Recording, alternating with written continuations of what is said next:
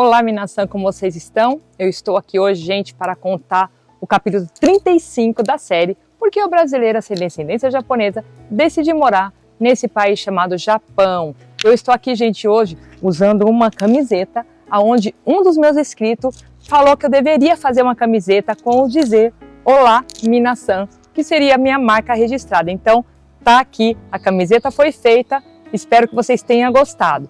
Meu inscrito é esse daqui. Hoje eu estou aqui, gente, no santuário de Atsuta. Não porque eu sou uma mera religiosa, não é nada disso. É pelo patrimônio histórico.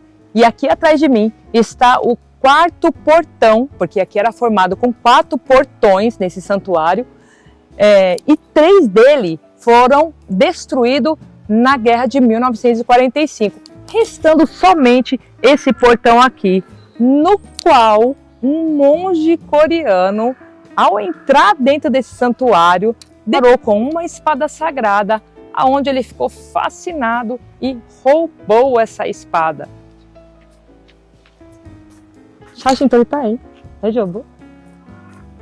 E conta a história que, ao roubar a espada, ele passou por esse portão aqui, quando ele estava em alto mar. Aconteceu vários incidentes na qual ele atribuiu ao roubo da espada, sendo assim, ela foi devolvida a esse santuário, onde esse portão foi fechado por mais de 1000 anos e até hoje ele nunca foi aberto. A espada que foi roubada ali dentro, gente, ela não pode ser vista por ninguém. Está trancado a 7 chaves, assim como esse portão está trancado, impedindo que novamente alguém roube a espada e fuja por esse portão. No final do vídeo eu vou colocar algumas imagens, algumas filmagens aqui desse local. Vale a pena vir conferir. É um ponto histórico muito, mas muito antigo e é interessante eu estar aqui diante de um portão com mais de 1000 anos, onde só ele permaneceu e aonde teve muitas e muitas histórias. Bom, então vamos para mais uma história. Você que não é inscrito no meu canal, se inscreva, gente. Dê um like, aperte o sininho das notificações para que essas histórias cheguem a mais pessoas. Porque a história que eu vou contar hoje é uma história de extremamente importância para muitas mulheres e até para muitos homens. Nessa história de hoje eu vou contar como que foi depois que eu saí daquela empresa na qual era um sistema piramidal e foi descoberto. Felizmente eu não sabia o que aconteceu depois no decorrer, quando ali também eu cheguei à estaca zero novamente. O que aconteceu depois desse período? Fique comigo que vocês vão saber agora nessa história. Reprisando o vídeo anterior, gente, onde eu contei que a empresa de marketing multinível na qual eu trabalhava me propôs vários momentos felizes, me propôs vários momentos de alegria, me deu condições de colocar comida na mesa, comprar meu carro tão sonhado, mas como todo começo tem um fim, aquela empresa chegou na final, dando continuidade a muitas e muitas outras histórias. Depois que acabou todo aquele período de fartura, eu voltando à estaca zero, eu fui numa igreja lá em Okazaki. Quando eu cheguei nessa igreja, me apresentaram um homem que na época tinha a mesma idade que eu, 45 anos. Ou melhor, ele era um ano mais velho, 46, e eu estava com 45. E falaram para mim que era um homem de bem, que era um homem de Deus, isso e aquilo que eu deveria conhecer. Eu confesso que eu não estava na fase de estar procurando nenhum relacionamento, né? Mas ali insistiram que eu deveria conhecer, que a gente não pode ficar sozinho e etc, etc, até que aconteceu de eu conhecer esse rapaz. Rapaz não, um homem já feito. Ao conhecer ele, conversamos bastante, começamos um relacionamento. Mais uma vez eu digo, cuidado, gente, que mulher carente ou homem carente chama até urubu de meu louro. Entendeu? Então essa história que eu vou contar aqui é de um homem narcisista, é de um relacionamento abusivo. Eu acredito que milhares de vocês, tanto homens como mulheres, passaram ou passam por relacionamentos desse tipo. Eu já tinha uma experiência de um casamento vivido dos 16 aos 35 anos, na qual fiquei 20 anos casado e tive 3 filhos do meu primeiro marido. Depois eu tive um relacionamento de 4 anos, na qual nasceu o meu 4º filho, o Jonathan, que é uma bênção na minha vida. Passando todo esse período, eu não queria mais me relacionar com ninguém, mas aonde apareceu essa pessoa, por que não juntar o útil ao agradável? Ah, mas você gostou dele, mas você amou, mas você isso e aquilo. Não, gente, eu conheci um homem divorciado e para o meu conhecimento estava divorciado há mais de 25 anos, com 2 filhos do primeiro casamento já adulto. Para mim a história contada foi essa. Por que não? Ao passar do tempo, a convivência, a gente passa a amar a pessoa devido às atitudes que ela vai ter com você. Concordam? E foi aí que chegamos ao casamento. Essa história, gente, é uma história que eu relutei muito para estar trazendo essa história aqui para vocês. Eu confesso que hoje eu falei com Deus se realmente eu precisava contar isso, porque é uma parte da minha vida que eu não gosto de lembrar, é uma parte da minha vida onde eu sofri bastante, mas como eu venho contando a minha história desde o início, eu acho que aqui vai ficar um grande aprendizado para você que está me assistindo, como assim ficou na minha vida até os dias de hoje. Isso aconteceu no ano de 2014. Chegamos ali ao matrimônio, nós casamos, dessa vez casados certinho, Prefeitura do Japão, Consulado do Brasil. Bom, eu estava com o meu filho de 4 anos, que morava comigo, os meus 2 filhos adultos moravam separados, então vamos fazer dar certo. No início, pessoal, o relacionamento até estava bom. Aliás, é o começo. Eu costumo dizer que não são as pessoas que são mal, não são as pessoas que nos ferem, são as nossas escolhas. Eu deveria ter conhecido a história dele primeiro, antes de me relacionar. Só que eu fui acreditar no que as pessoas que estavam em volta dele falavam, e eu me dei muito mal. Aos 3 primeiros meses do nosso casamento, ele me tratava super bem. Afinal, era um homem culto, um homem maduro, um homem de boa aparência. Então, eu acreditava que ele não me faria sofrer, até porque eu vivi relacionamentos onde o ciúme era intenso e dessa vez acreditava que isso não ia acontecer novamente. Afinal, gente, eu acreditava até que foi Deus que trouxe esse homem na minha vida para que eu tivesse ali um companheiro. Só que não. Foi a minha escolha, sem conhecimento de causa. Não fui atrás para saber como que eram as histórias e foi aí onde tudo aconteceu. Este homem na qual eu casei, eu digo que se eu estivesse no Brasil, eu confesso que eu teria anulado esse casamento, porque provas eu tinha o suficiente. Mas infelizmente eu estava no Japão e aqui as coisas é diferente. Não tinha como eu fazer isso daí. Eu quero falar aqui, gente, de um homem narcisista, de um relacionamento abusivo, onde também tem mulheres narcisistas. Não é só as mulheres que sofrem na mão de narcisista, os homens também. Eu vou falar da minha história com narcisista, gente, mas aqui eu englobo tanto o feminino como o masculino, ok? Ele era uma pessoa na qual ele era extremamente vaidoso com o próprio corpo. Ah, Miriam, mas não pode ser vaidoso? Sim, claro, tem que ser vaidoso, tem que ser cuidadoso, mas não ao ponto de se idolatrar a si próprio. Ele era uma pessoa que ele não tinha empatia. Ele não se colocava no lugar das outras pessoas. Ele é uma pessoa que queria somente atenção para ele. Cogitou até a hipótese de eu pegar o meu filho de 4 anos e entregar para o pai, porque ele não queria. Você entende? Até onde chega o egoísmo da pessoa. O narcisista, ele é egoísta. O narcisista, ele gosta de toda a plateia olhando só para ele. O narcisista, ele tem um distúrbio genético na qual ele não consegue ver mais nada a não ser ele. E quando ele é contrariado, ele faz de vítima. Gente, é impressionante. Li uma matéria sobre narcisista para vocês entenderem o que eu estou falando. Muitas vezes ele vinha do serviço, gente, injuriado. E ao invés de ele sentar e conversar, não. Ele já arrumava uma briga comigo que era para quê? Para ele descarregar toda aquela frustração que ele teve na rua. Você entende? E aí, quando ele aliviava aquele estresse, ele me tratava como se nada tivesse acontecido.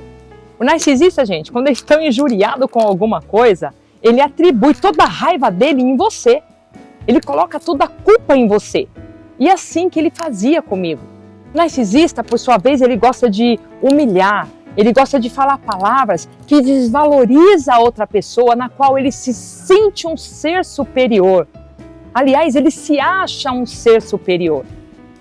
E aí é onde a pessoa que convive com o narcisista, seja esposa, mãe, filho, irmão, irmãs sofrem amargamente. Muitas pessoas que têm um relacionamento com um narcisista, elas confundem o amor com a posse. Eles aparentemente mostram que te ama, mas na verdade eles amam a si próprio. Eles sofrem muito de autoestima baixa. Esse homem, ele me colocou numa redoma onde eu não tinha mais voz ativa para nada. Ele me tirou dos meus amigos, ele me tirou da minha própria família. Ninguém podia me ligar, gente, nem amigas mulheres. Quem está me assistindo, as amigas que estão me assistindo, vai poder confirmar a história que eu estou dizendo. Eu não podia ligar para ninguém. Eu não podia receber ligação de ninguém. Aliás, nem os meus 2 filhos que moravam fora de casa, eles também, para vir à minha casa, tinha que marcar horário para entrar e tinha que ter horário para sair. Na frente das pessoas, ele me tratava bem, ele tratava o meu filho de 4 anos bem. Mas quando ele virava as costas, dentro da nossa casa, o papo era outro. Ele não queria aquela criança, ele não queria que eu conversasse com ninguém. É como se ele me colocasse dentro de um vidro e ali só ele tivesse aquela posse sobre mim. Ele me tirou do meu trabalho, na qual eu trabalhava com marketing multinível, na qual eu conversava com várias pessoas. Ele me tirou desse trabalho. Eu entrei em uma fábrica para ganhar apenas 800 ien a hora, na qual meu salário era muito, muito baixo, porque ele não queria que eu trabalhasse em uma fábrica que tivesse homens, só mulheres, mas ali eu recebia muito pouco. E ele dizia que ele ia suprir a necessidade que faltava. Só que não, gente, chegava no final do mês, o que acontecia? Ele pegava o dinheiro dele, pegava o dinheiro pouco que eu recebia e dizia para mim que meu dinheiro não valia nada, que meu dinheiro não prestava para nada, que quem me sustentava era ele e quem me dava as coisas era ele. Isso é o perfil de um narcisista. Ele andava mais de moto e eu que tinha o carro. E para a gente fazer compra, usávamos mais o nosso carro. Íamos para a igreja de carro, ia passear de carro, usava o carro para tudo. Só que quando chegava no final do mês, ele queria que eu prestasse conta da gasolina que foi gastada. Ou seja, eu dizia para ele assim, mas a gasolina foi gasto no carro. Aí ele dizia para mim, não, o carro é seu. Quem gastou gasolina foi você, porque a minha moto ela não gasta nada. Eu tenho até uma escrita que eu fiz, os 10 mandamentos de fulano. Porque era tanta regra, era tanto mandamento que eu tinha que seguir, que eu fiquei quase louca. Um dos mandamentos era, não pode entrar no banheiro com o celular na mão. Outra regra que eu lembro é, quando casamos, seu dinheiro não é seu, nem meu dinheiro é meu. É nosso dinheiro. É um dos mandamentos. Eu sei que foram tantos mandamentos, e esses 10 mandamentos, essas 10 ordens que ele colocava dentro de casa, é o que realmente ele fazia. Então, todas as pessoas que fazem certos tipos de coisa, ela desconfia que a outra pessoa vai fazer também. Quem entrava no banheiro com o celular e ficava horas lá dentro era ele. Lembro também que ele dizia que não poderia ter senha no celular. Ok, só que eu não podia ter senha no celular, porque o dele tinha senha em tudo quanto era coisa. Então ali, gente, nesse relacionamento, foi um relacionamento tão abusivo, onde eu comecei a perder muito peso, porque eu estava entrando em depressão. Quem é que não entra em depressão sendo encurralada? Muitas pessoas falam assim, mas você tinha chance de sair, você tinha como sair daquele lugar. Gente, era a minha casa, ele tinha casado e vindo para o meu apartamento. Não era fácil pegar e mandar ele embora. No Japão as coisas não funcionam assim. E o que me restava, gente, era orar. Era pedir a Deus que me libertasse. Era pedir a Deus que tivesse misericórdia da minha vida, mais uma vez. Por quê, gente? Porque foi minha escolha. E agora o que me restava? Foi Deus que me colocou nessa situação? Não, gente, foi eu. O que me restava era levantar minha mão para o céu e pedir que Deus tivesse misericórdia da minha vida e me tirasse daquele emaranhado. Porque forças eu não tinha. Eu não podia contar para os meus filhos o que estava acontecendo. Era 2 adolescentes, já na fase quase adulta. Eu não sei o que eles poderiam fazer. Então eu guardava tudo aquilo para mim. Eu estava sufocada com tudo aquilo. O meu filho de 4 anos estava sofrendo. E eu precisava dar um jeito naquela situação. Eu já falei sobre esse livro em alguns vídeos, eu não estou ganhando nada para fazer a propaganda dele, mas foi um livro que me ajudou bastante, que chama Quem Me Roubou de Mim, do Padre Fábio de Mello. Ali ele faz uma comparação de um sequestrador de pessoas na qual eles sequestram para ganhar dinheiro, e no sequestrador de alma, de sentimento. Gente, essa comparação que ele faz aqui dos dois é muito interessante. E nesse livro a gente compreende o porquê muitas pessoas não conseguem sair daquele cativeiro. E é na onde eu estava vivendo, gente. Eu estava vivendo um cativeiro. Uma pessoa que trabalhava com marketing, uma pessoa que sempre foi dona de si, uma pessoa que sempre foi independente, uma pessoa que conversava e falava com todo mundo, uma pessoa que ajudava todo mundo, estava ali presa, como se tivesse duas algemas nos braços e não poderia fazer mais nada. Eu confesso que eu entrava em casa chorando, eu saía chorando, eu não sabia mais o que fazer. E como vocês já sabem em outros vídeos, o que me restava era pedir a Deus que me tirasse da terra com o meu filho.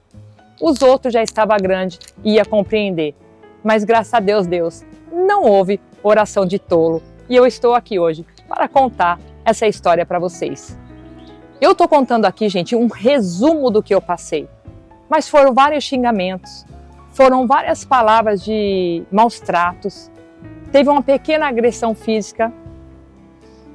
Mas graças a Deus, Deus foi tão misericordioso comigo. Tão misericordioso comigo que Ele atendeu o meu pedido. Confesso que eu não gosto de lembrar dessa história. É uma história que eu gostaria que fosse deletada da minha mente. Eu não tenho esse relacionamento como um casamento ou como um ex-casamento. Para mim, esse casamento ele nunca existiu. É uma pessoa que surgiu na minha vida para me ensinar muitas coisas e principalmente a não agir da maneira que ele agia. Eu aprendi muito, gente, mas eu aprendi muito nesse último relacionamento.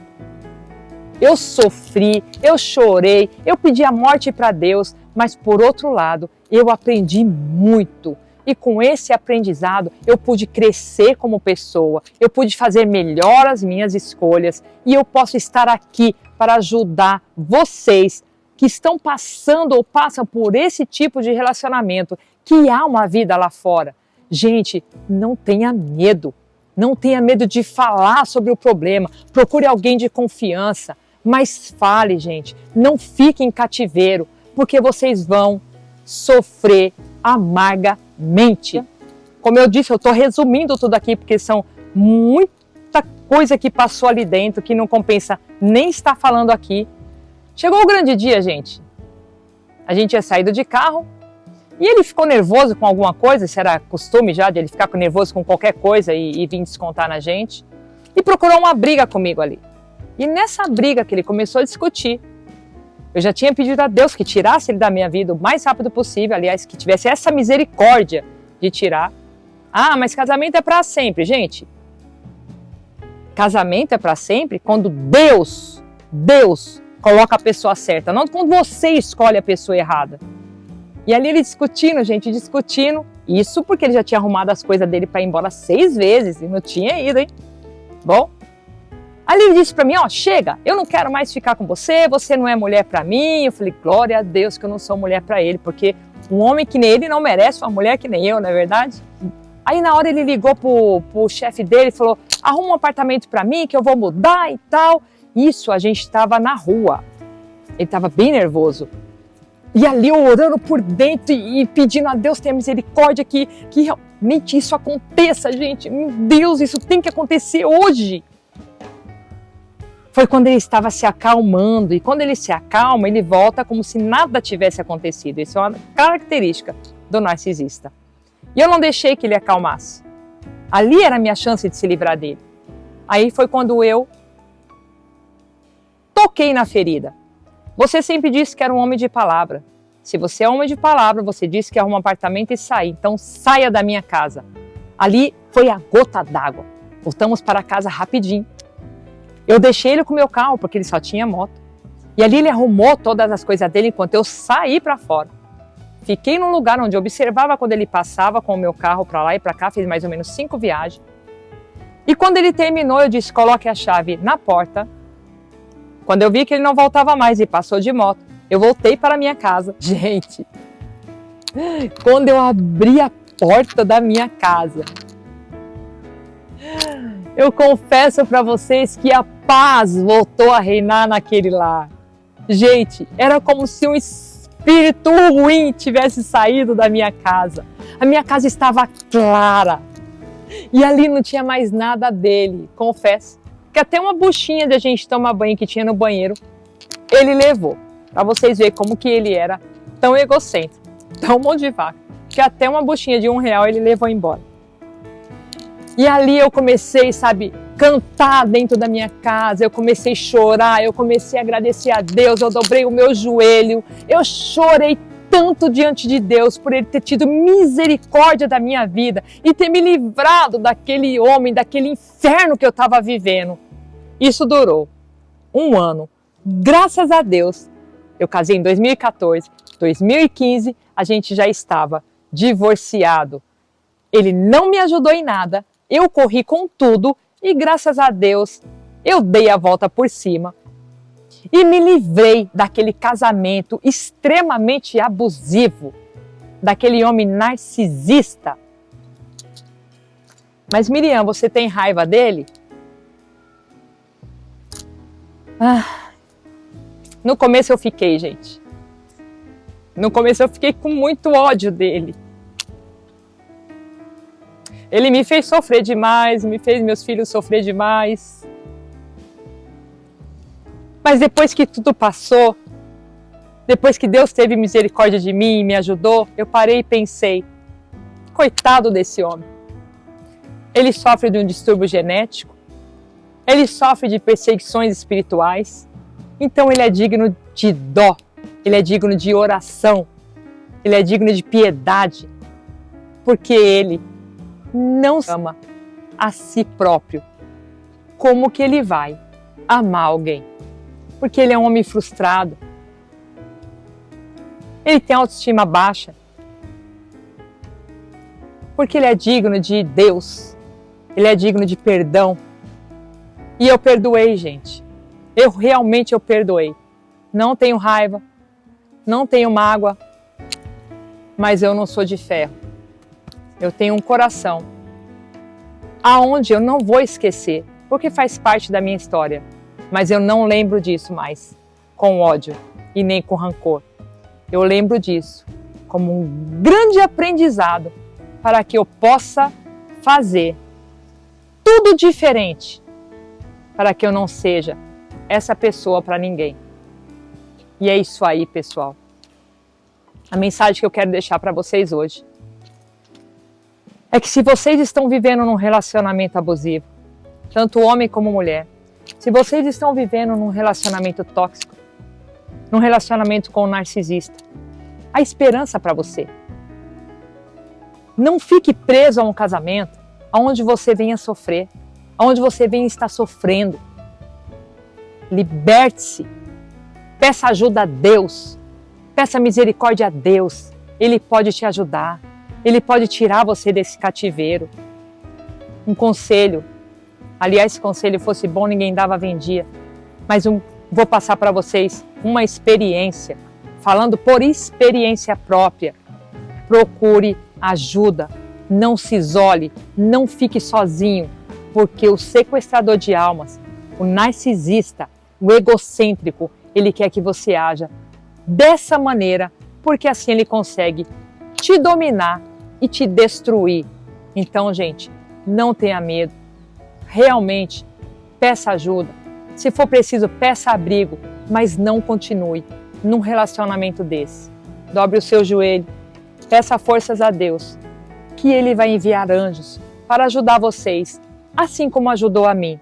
Então eu fico por aqui, gente, terminando essa história, fechando esse ciclo de 2015 para começar um novo na minha vida. Inclusive, quando eu casei com esse homem, Eu acreditava que eu ia terminar, fechar o ciclo das minhas histórias com um final feliz. Mas infelizmente isso não foi possível.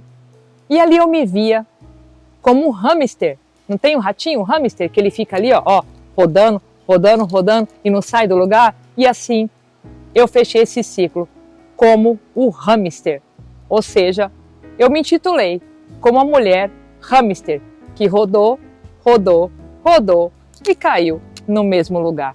Mas a partir de 2015, num término de um relacionamento de 1 ano, foi quando eu comecei um novo ciclo na minha vida. Então, fique comigo que nos próximos vídeos, como foi o decorrer da minha vida, depois que eu me livrei daquele narcisista.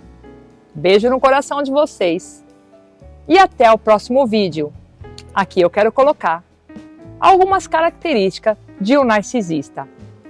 1, 2, 3, 4 e 5. Leiam, gente, atentamente e ajude as pessoas que estão passando por esse problema.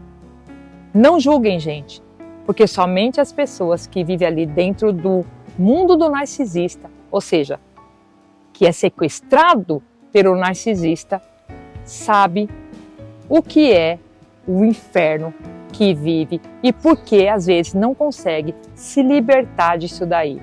Graças a Deus, em 1 ano eu consegui essa misericórdia divina, graças ao meu bom Deus. Sayonara! Bom, hoje eu vou gravar aqui, gente, a minha história, no capítulo 35. Aqui é um santuário de Atsuta, onde no passado, há mais de 1000 anos atrás, ele era construído em volta com 4 portões. Só que 3 portões dele foram queimados na guerra de 1945. E sobrou só um, onde o fogo não conseguiu dominar. E conta a história que esse portão, ele está intacto até os dias de hoje e permanece fechado devido a um incidente que houve com um estrangeiro na qual entrou no santuário e viu a espada que tinha ali dentro, que é um dos 3 tesouros nacionais do Japão, e ele ficou fascinado com a espada e roubou. Chegando em alto mar, conta-se que o mar ficou revolto e ele atribuiu tudo isso ao roubo da espada. Sendo assim, ela foi devolvida ao santuário e por esse motivo eles fecharam esse portão para que nunca mais essa espada pudesse sair de lá. Infelizmente, ninguém pode entrar para ver essa espada. Está guardado as 7 chaves. Está trancada as 7 chaves porque ela faz parte dos 3 tesouros sagrados do templo. Hoje, gente, é um parque bonito. Hoje está um dia ensolarado, está fresquinho também. Vale a pena vir visitar. Não pela religiosidade, mas sim pelo patrimônio histórico que contém neste lugar.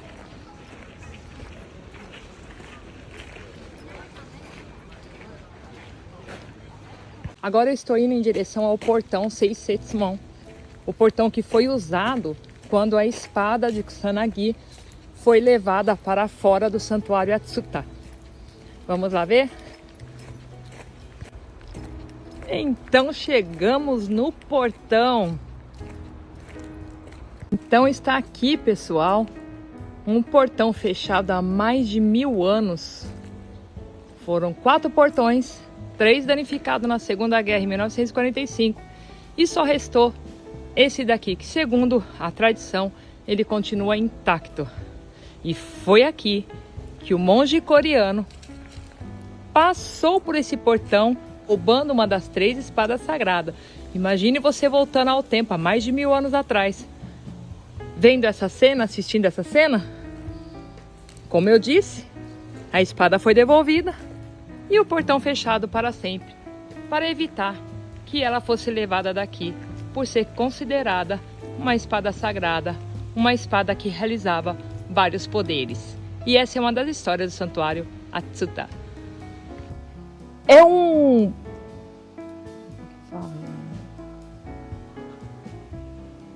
Gente, é impressionante Leia a matéria sobre narcisista. Leia leia amigas mulheres. Quem está me assistindo que são quem está me assistindo. E aqui eu estou com uma camiseta que um dos inscritos pediu para que eu fizesse, escrito e eu estou aqui hoje, mas a partir de 2015, no término daquele mas a partir de 2015, no término de um mas a partir